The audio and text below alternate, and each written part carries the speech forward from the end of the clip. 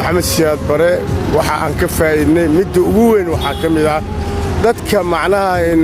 masaakiinta laba shay horta kama fikiri jirin waagaas labada shay ugu macquulsan oo dadka masaakiinta aysan ka fikiri jirin waxa kamid ah caafimaadka iyo waxbarashada awalan qofka dib walba oo ku dhaco dawladda ayaa daaweyn jirtay qoyskiisa haday qoys tabaryarna lacag laga ma qaadi jirin ilaa waxa loo dhoofi jiray caalamka asagoo shilin laga qaadina diyaarad la saajir dawladda Maxamed Saad Barkow midda labaad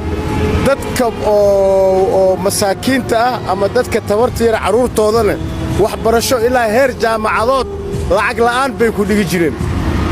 waxyaalahaas waa kamid tahay horta waxa oo dawladda Maxamed Saad Barre aan ka dhaxalnay dalka wuxuu u qabtay horumar aad u weyn ayuu u qabtay 14 degmo ayuu Maxamed Saad Barre wadanka ka dhigay wadanka Maxamed Saad Barre hal guri kuma laha